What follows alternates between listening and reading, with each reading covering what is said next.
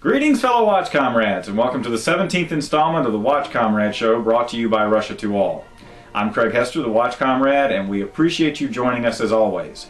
First of all, I want to give a huge shout out to everybody who made the last show, episode 16, about the Buran Stingray such a success. All of those who linked to the videos and posted them on the forums, BDWF, Watch Geeks, Time Tech Talk, etc., all the places where the guys follow the Watch Komrade Show. The Buran Stingray episode has now had more than 5,000 views, which is the record for any one Watch Komrade show. So I really appreciate that, and also to the blogs, Hodinky, oceanic.blogspot.com. I'll get it right this time, Lex. A big thanks to both of them, Ben at Hodinky as well, for doing articles on the Buran Stingray and connecting to the video. It was our most successful one to date by far. So thanks again on that. This week, I'm excited very much about what we're going to be talking about. I think this has got an opportunity to maybe eclipse that last one. Nothing would make me happier. We're going to be talking about the famed Strela today in this episode. It's going to be two watches. They're both Strelas, now made by Sturmanskie of the Volmax company. Anybody who knows Russian watches at all has heard of the name Strela before. Strela, which means arrow in Russian, is probably one of the most coveted, if not the most coveted watches for collectors in the Russian watch world of horology. Here's why. First of all, I want to be clear that the ones we're talking about today, or at least the ones that are going to be available to you through Russia to All, are reissues or remakes or homages or whatever terminology you prefer of the original watches. Much larger, they use a different movement. We'll get into all of that. But the original Strela, which began in 1959 is when it was introduced, used a 30-17 movement. The 3017 was a Venus 150, basically, altered somewhat to be to fit for the Russian model, and that watch was introduced in 1959 to the Russian military, specifically to the Air Force, to aviators, and it was only to military specs, and it actually wasn't available to the public at the time. Now, that was a 19-jewel column wheel chronograph, the 3017, that the original Strela was, the platform that the original Strela used. Now, what really made the Strela famous was in 1965, when it was worn on the first ever human spacewalk by Aleksei Leonov. That's really what put the Strela into the stratosphere, so to speak, into the Russian watch collecting stratosphere, because that just made it, well, first of all, it was a chronograph, it was a complicated watch, and after they released it to the public, you could really own a piece of Russian watch history. You know, you can get, of course, there still are available out there, reproductions of Gagarin's watch, the first watch ever worn by a human in space. In fact, Volmax is going to be coming out with another reproduction next year, and there are, from even the original line, of course the original isn't available, it's in a museum, but this watch, the 3017 or 3017, was more readily available. Now, what are we talking about today? We're talking about a re-release of the Strela chronographs by Volmax. It comes in two dials. One of them is extremely similar to one of the original 3017s that I own in my personal collection, which I'm going to show in detail in this episode. That one actually is a 3017 column wheel driven, and you can see the column wheel in the movement, as opposed to now these have the 3133. The Strela chronographs, the original, which had a 45-minute counter as opposed to the 30-minute summing action that's on the 3133, and they did not have a date. They were in service from 1959 to 1979, and actually my particular one is extremely similar with some slight variations to one worn by Gubarov in space in 1978. And to all of our Russian viewers, I apologize if I am mispronouncing Gubarov. The paddle hands that you see on my watch and on the reissue by Sturmanskie, those were produced in the mid-1960s. Now, the other one that we have is a little more dressy. It's actually interesting how most of the early versions of the Strela were actually very dressy watches. well, not dressy, but they were dressier than you would think would be for a military issue wristwatch.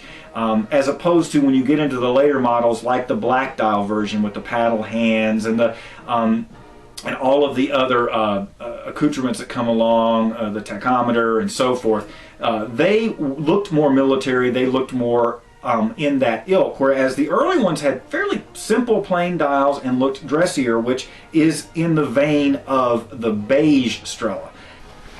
And speaking of dressier, there are two other simpler, more classic designed reissues that we are not focusing on in depth in this show, but are still available. They are much more reflective of the earliest versions of the 3017 Strela. In fact, if you looked at it as kind of a continuum from, say, dressy to sporty, the other two that I'm mentioning here, they would be on the dressy end of the continuum, then the beige would be kind of in the middle, and then the black one with the paddle hands towards the sportier, more military-looking style. Additionally, we now do have a source, we are happy to report, in Eastern Europe for 4 styles of the previous reissues of the Strela watches. Any Russian watch fan will know what I'm referring to here. You might call these the in-between models now, as they are bigger than the originals and have the 3133 movement, but they aren't the size and impact of the new Sturmanskies that are the primary focus of this edition. I have an affinity towards the paddle hands on the black version, and it's probably just barely edges out the beige one for me. But I'll tell you, I haven't had anybody send either one of them back, and I've had more than one customer buy both. They are extremely, they're not exactly, they're not replicas. They don't look exactly like the original Strelas. They're just very true to the look with an updating. First of all, they're 44mm cases, and the originals were less than 40. They come with a sapphire crystal. The originals came with an acrylic crystal.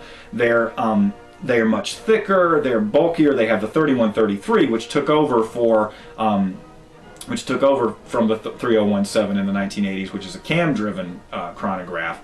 Movement, which is now the ubiquitous movement in all of the mechanical Russian chronographs, basically, the 3133, which you're more than familiar with.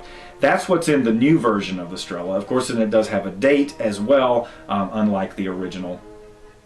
It has an exhibition caseback. This is something that did not exist in those early models of the Strela or any of the Russian watches in that time. In fact, the caseback on the original Strelas is just a plain stainless caseback. There's not even any etching or anything. It's very simple. Whereas this has an exhibition caseback. It is a numbered limited edition. None of the originals were, so forth and so on. So there are real differences between the two watches, but the look, feel, the overall impact of these new Strelas by Sturmanskie is very much in the spirit of the original Strela. Now, I would encourage anybody. It used to be you could pick up the original Strelas for a couple $100. Now, ones in really good condition go for 500 or more. But, look around on eBay. I would encourage anybody who's into Russian watches to get their hands on one of the originals. But the next best thing that's available now on the market that you're not going to be worried about beating up if you wear it, if you were to get your hand on a mint condition Strela, and mine isn't. I wish it were. It's a good example. It's in very good shape, but it's not mint. You get the Sturmanskie update. Now, one of the things the purists talk about is none of the original Strelas were ever under the name Sturmanskie. That is true. However, for Volmax to produce this watch and have it properly branded, Sturmanskie is a brand name that Volmax owns. Strela is not owned by anyone. So in order for Volmax to be able to protect the watch they're producing, they had to use a brand. Sturmanskie made the most sense since it was the original watch in space on the wrist of Yuri Gagarin. Some other quick stats. It's a 22mm strap on this one, obviously much bigger than the 18s on the originals. It does have the sapphire crystal. It's a 42-hour power reserve on the 3133. These are only 3 ATM water resistant. This isn't intended to be a diving watch. This is a watch for everyday wear. Beautiful, beautiful timepiece with an amazing history. Don't miss out. These are limited editions, and I can tell you from past experience, when they're gone, you're going to call me up, you're going to email me looking for one, and they're going to be gone. So there it is. Don't miss out on your chance to get a piece of Russian watch history and to really have bookends of that history if you can get your hands on an original and one of the new models. As always, thanks for watching. I'm Craig Hester, the Watch Comrade, and keep watching.